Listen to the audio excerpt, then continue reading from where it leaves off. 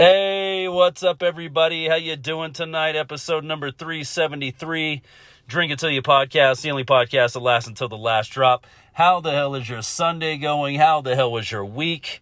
Happy spring break to you, if you celebrate. What am I drinking tonight? It's one of these Michelob Ultra, hold on, I actually have to look, infusions, which sounds pretty fancy. It's lime and prickly pear, cactus. It's only 4% alcohol by volume, but if you stack enough of them together, as I have tonight, it'll get you there. So let's go ahead and have our first drink. If you got them, drink them. Bottoms up. Cheers, everybody.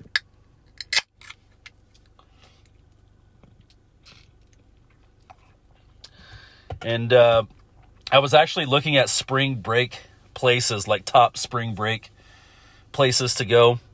And you might be surprised to know Cancun, Mexico is still the top of the list, which is kind of surprising. I just thought that was like a back in the 2000s kind of thing.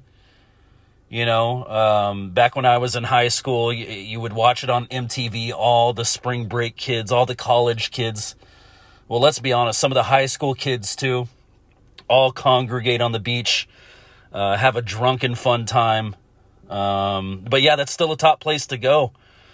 South Padre Island was on the list, Panama City Beach, Florida, Miami, Florida, of course. Isn't Miami just like a party city year-round? Does it? It never gets cold in Florida, does it? Like, what's the coldest it might get? Cabo San Lucas, Mexico. Oh, my God, that is one place I have been. And I remember looking at the hotel room the first day I was there. And, it was like a postcard, dude. You look down, it was like the beach to the hotel, crystal blue water, had like a bar in the pool you could just swim up to. And then right off of that was the beach and the ocean. It was just such a gorgeous sight. Some of the hammocks were actually out into the water a little bit, so you could like swing on a hammock while it'd be a great nap spot. What else is on the list? Punta Cana, Dominican Republic. And the last on the list is, I don't know, this one was kind of random. It said emerging place to vacation for spring break was Houston, Texas. Now, I'm not really buying that one. Like, where in Houston is a good place to vacation? I don't see that. And I don't have anything against Houston. You know, I'm not one of these guys from Dallas who's like, I just hate Houston. Fuck Houston. No, I don't care. It's a part of Texas. If Houston got a hockey team, I'd be happy about it. I don't hate Houston. I just don't. Where would you even party? I don't even know. That seems like a weird one. The other places are like beautiful beaches. Well, I don't know if South Padre. I don't know if the water's beautiful there, but most of the other places, Cancun, Miami, Cabo San Lucas. Oh my God, that water was so clear. I'll never forget. I had one of those, I don't even know, one of those piercings that goes like under your bottom lip at one point in my life. And it fell out in Cabo and I never got it done again. I was like, it's just meant to be, But anyways, if you're looking for a place to vacation, it's already spring break. I guess you'd have to plan it for next year. But there's some ideas for you. I love those 2000s, dude. I'll never forget, like, waking up every day. I don't know if they still do this on TVs. But back in the day, you probably still can do it on the TV. I just haven't looked for the option. But back in the day, you used to set your TV like it was an alarm clock, and it was connected to cable, and it would, it set my TV so I could wake up every morning to get up and go to school. You could set it Monday through Friday, so I'd set it for like 6 a.m. so it turned something pleasant on to wake me up for school, something that I liked, something that I enjoyed, which was MTV. It was always set to MTV. I would go to sleep watching like Beavis and Butthead, or like Celebrity Deathmatch. What was the dating show they had? Something Cupid. I can't remember. It had Jenny McCarthy on it. But yeah, I'd watch those shows late at night, but before the next day. So it was perfect. I'd turn my TV off to go to sleep, and the next morning it would turn the TV on, 6 a.m. You could set the volume, the night before, so it wasn't too jarring to wake you up. And dude, I swear, almost every single morning, I mean, it just must have been on a timer or something, was the Dr. Dre, what's the name of the song? Until the next, wait, no, it's called The Next Episode. That played like every morning of my waking high school existence, which was very odd. It's like just every single morning that song was on. And didn't MTV like file bankruptcy, or they disbanded or something? I actually don't know. I haven't I haven't watched in years, but dude, that was just, the band I loved, that I kind of showed everybody in my high school and middle school, for that matter, Blink-182.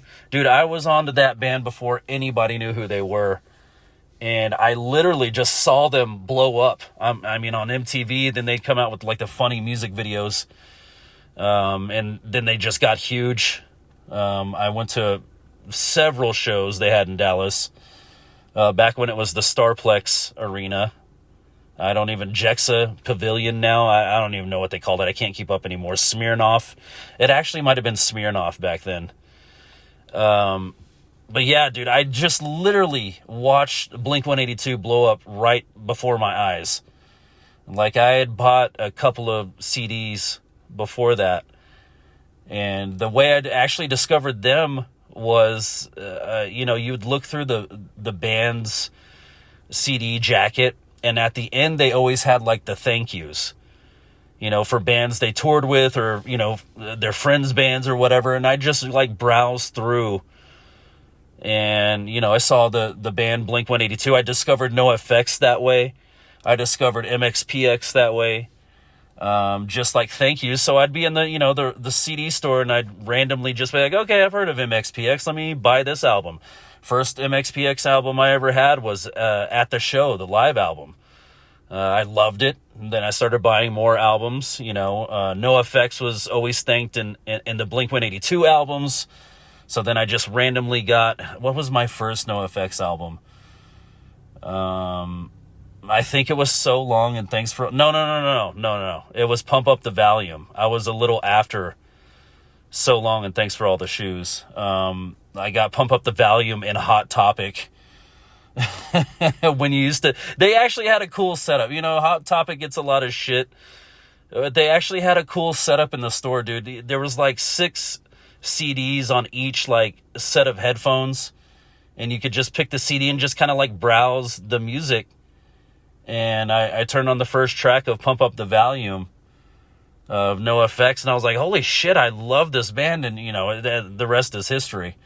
But yeah, I actually discovered, I can't remember who I found Blink-182 through, which band. But yeah, they were definitely like one of the thank yous in the CD jacket. And I discovered them. I was like, holy shit, I love this band. Like, it's kind of simplistic songwriting, but it's good. Like, they have good melodies. And I discovered New Found Glory through Blink-182. It's just the whole like network, that they would put at the end of the end of the CD jacket. But those were the days, man. That was so fun. MTV was great. And I swear to God, every morning was that damn Dr. Dre song. And yeah, just every time I hear it now as, an adult, it just always like takes me back to waking up in my parents' house and getting ready for school, which I love the song. I have no issue with the song. But yeah, it always just takes me back to setting the TV alarm and waking up and going to school, dreading going to school. It was like, that was the best part of the morning, was the music. But it was just weird, dude. Like how, I guess they had it set like on a schedule. I mean, it was on a timer, literally. It would wake me up every single morning. So I'm sure the new TVs still do it. Which I actually need to look into, because, get back to that. Get back to, screw the fuck, dude, the iPhone alarm. It drives me insane. There's not a single, like, iPhone alarm tone that I'm happy with anymore. I've tried them all. I've tried a million of them. I can't do it anymore. It's so annoying. I'm constantly cursing out my alarm clock. It doesn't matter if I got 12 hours of sleep or 4 hours of sleep when that alarm goes off. And it doesn't matter how much I change it. It's just annoying. It just will annoy the shit out of you. I try to do the light one that like starts off lighter and gets louder, but it's not too abrasive. And that one just still like pisses me off, dude. I don't know what it is. That's partially why I have my phone. Like it's always constantly, consistently just on silent. I can't take the dings. I can't take the beeps. I can't take the phone call noises. Like the vibration is fine. I can do the vibration. That lets me know something's happening with the phone. But other than that, I can't do the phone noises anymore. It irritates me. It'll ruin a conversation that I'm having with someone I like just because the phone is annoying me. Like we'll be having a good conversation, but it's about 4 dings into that text conversation. I'm just like, I'm pissed off at the person. It's not even their fault. It's like I'm telling my phone to alert me every time they say something so we can continue the conversation. But it irritates the shit out of me, dude. I can't help it. I don't know what it is. It's just like overwhelming. I don't know. But yeah, there's a little trip down memory lane, if anybody remembers that. If you went to high school in the 2000s, that was a fun time. That was probably MTV's like peak. Like they did great in the 80s. They did great in the 90s, but the 2000s, I mean, it was just such a great mix of everything. I mean, it was hip hop, pop punk, grunge still a little bit. Just a little bit of everything. It was just a great freaking time. But yeah, good times, man. Good times. I'm actually going to go check the TV and see if it has that feature anymore. I don't know if they still do that. And aside from that, nobody has cable anymore, so it wouldn't really work. You can't tell Netflix to like come on a timer, so that wouldn't really even make any sense anymore, would it? The reason it worked back in the day was because the cable was always connected. It was always turned on. There was not like an on-off button for the cable to run to the TV. So it's like as soon as the TV would flip on, whatever channel you left it on the night before, whatever time you told it to come on, that's what it would play. And MTV was actually the perfect thing to have it on. That was a good way to start the day. Do you guys remember The Box? Speaking of MTV and those like competing music channels. Dude, I loved The Box. I thought they had such a good thing going. In case you don't know, let me take another sip real quick. In case you don't know, The Box was like where you could call in and you could vote. It was like, I don't know, 99 cents per vote to call in and like vote on a video you wanted to see. So they'd be playing a video on the screen that had previously been voted on. And you could call up The Box, pay your 99 cents. They'd add it to the phone bill or whatever.